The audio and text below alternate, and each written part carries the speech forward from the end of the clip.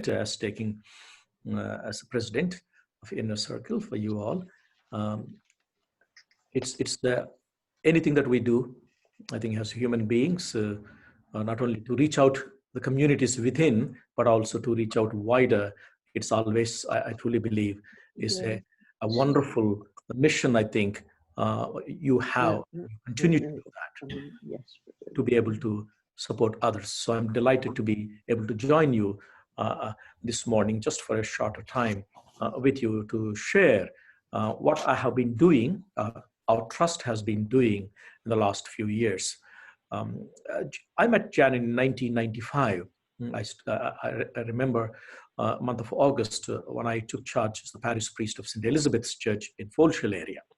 That's where I met Janet.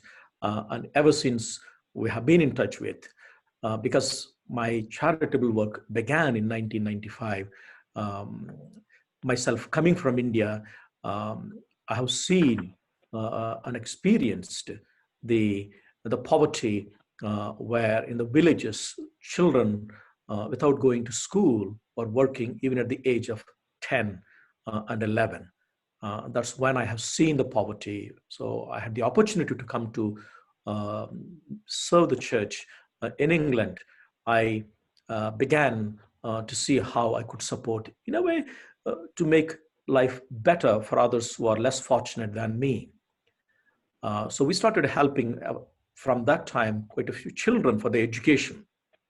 But in the last 10, 15 years, our mission has went a little bit forward with the support of the leprosy colony where people are suffering with leprosy.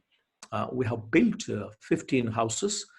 15 families are placed in those 15 houses. And we also give them, we built completely the houses. At that time costed us 3,000 £3,500 for a house, whereas now it costs a lot more. Ever since, we have been supporting them monthly, financially, giving them pension for their food and medicine, because they are driven away from the community. So they live far away from the community on a hill, because people don't allow them to live within the community because of the fear of course, the disease of leprosy. That is one mission that we continue to do. Actually, when Kevin and Janet were in India a couple of years ago, almost, I think, they have witnessed it, they have seen it. The second one that we do continue to support is education for the children. We do have school where we support 1,100 children are studying. There are others within them who doesn't pay any fee. So we pay for those who are children of the daily labor, the children of the rickshaw pullers, people who do not have any job. So we do support almost 70 to 100 children for their education. We provide them with books, uniforms, as well as we pay the fee for the school. The third one that we do also is supporting the poor and the widows, especially who have lost their husbands. Nobody is there to look after them. So monthly, again, it may not be a lot of money, but we pay £15 a month for each widow for their at least maintenance for their to buy some food and essential things. And then fourthly, we support children or teenagers who are studying in the college or the university. See, in India, education is not free. Education, you have to pay for it. Whereas here, we are blessed and fortunate. We don't have to pay really up to the secondary schools. At the university, if the parents are not working, they have the free education here. Whereas in India, education, parents have to work hard to pay. So therefore, the Batthula Care Trust supports a lot of teenagers who go from their homes. They stay in the hostels, which we pay. And thirdly, of course, there are hostels run by Christian church, Christian communities, where through them we support. So these are the basic mission through the Batthula Care Trust, we continue to do. And finally, we also support for the people who are medical support. If emergencies come, children whom we support, their parents are suffering with heart problems or cancer and so on. So we do financially support them as well. So on the whole, what I would like to say is every little helps, even though the trust is a very small trust, but we do make a difference on the ground. Um, I'm happy to answer any questions that you would like to put to me. Sorry, before you finish, Father, Yeah. would you like to tell them about the work that you've been doing during the coronavirus? Okay, yes, yeah, I'm sorry. Yeah, during the last 3 months now, see, India is a vast country. Those of you who have been to India would know how vast it is. It's a subcontinent. People from one state to the other state, they go to work.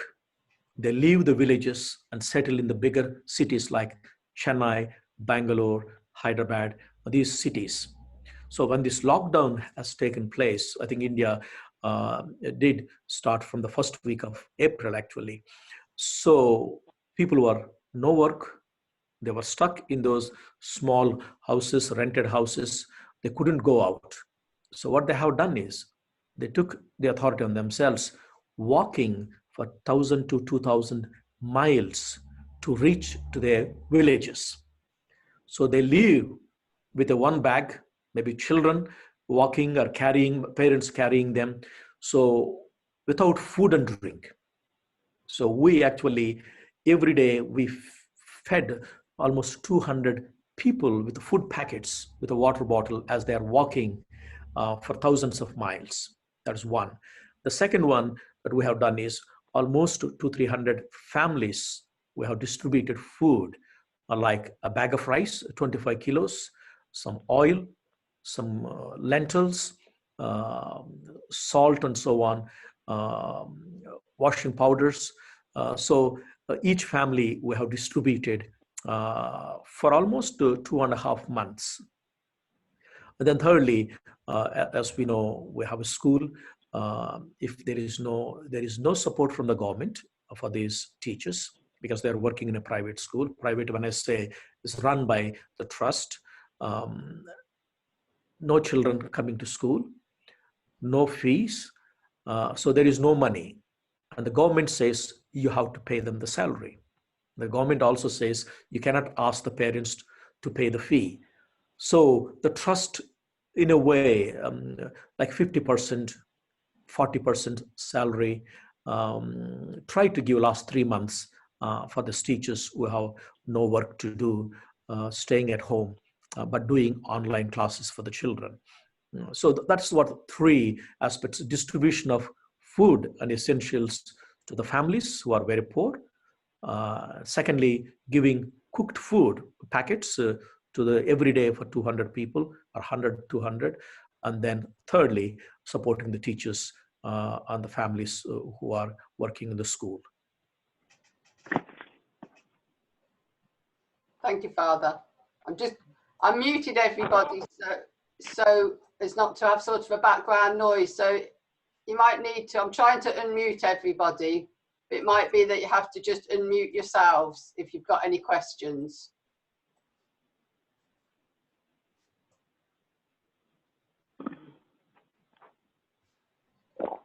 I'm doing my best. Ask how they distribute. I think that's just Only Brian's iPad is on. Yeah, Brian's iPad's still, and Pat. Other than that, everybody's there. They can have any questions. That is okay. So, So, has anybody got any questions? yes, Brenda, how do you actually distribute the food? Is it members of the trust, or is it the teachers who are not teaching who distribute the food? Yeah, the distribution of food will be, my brother also is involved, and we have few volunteers, and those who are working in the school would be distributing. especially the cooked food, the lunches or evening suppers were distributed by the school staff. We would be having a van on the roadside, on the highway. Of course, our highways are different than here. The highways, you have both sides, you have houses. So you can park anywhere, and then the people would stop as they are walking, give them the food packet and water. They would go into under the trees, sit there and eat, and then start their journey further to reach their home.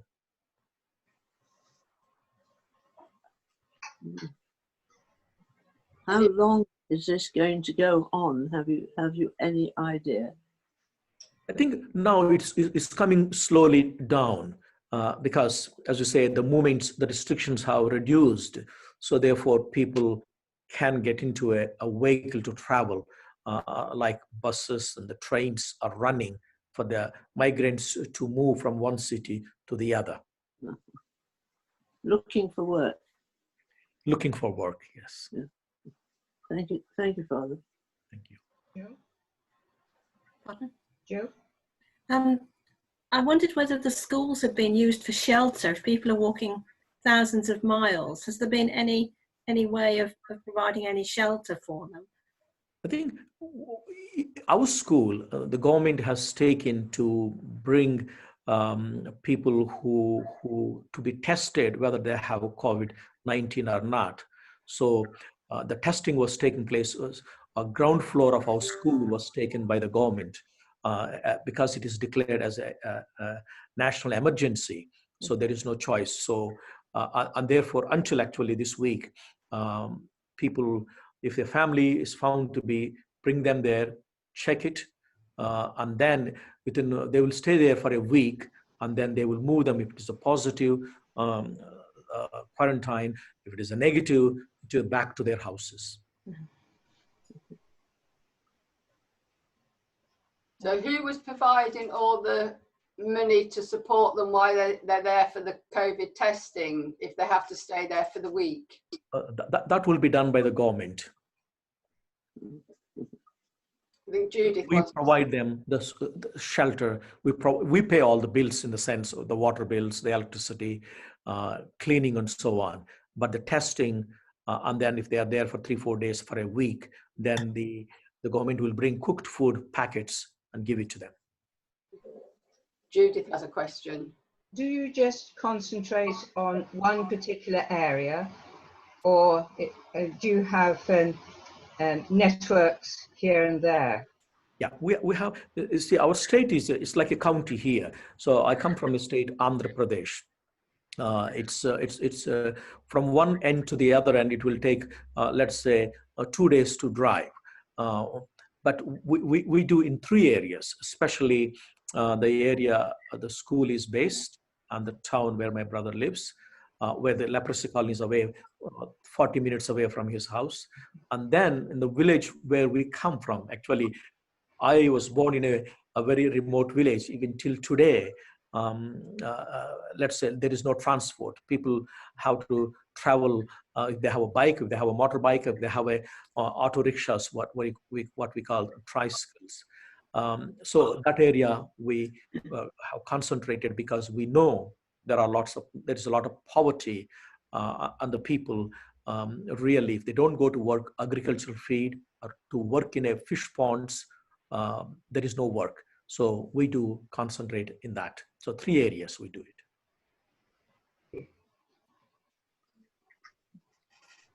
Has anybody else got any questions?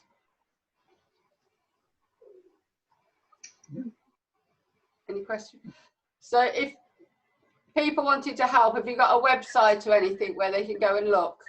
Yeah, so, we do have a bktrust.org.uk.com. The website is there, where you can see some of the things.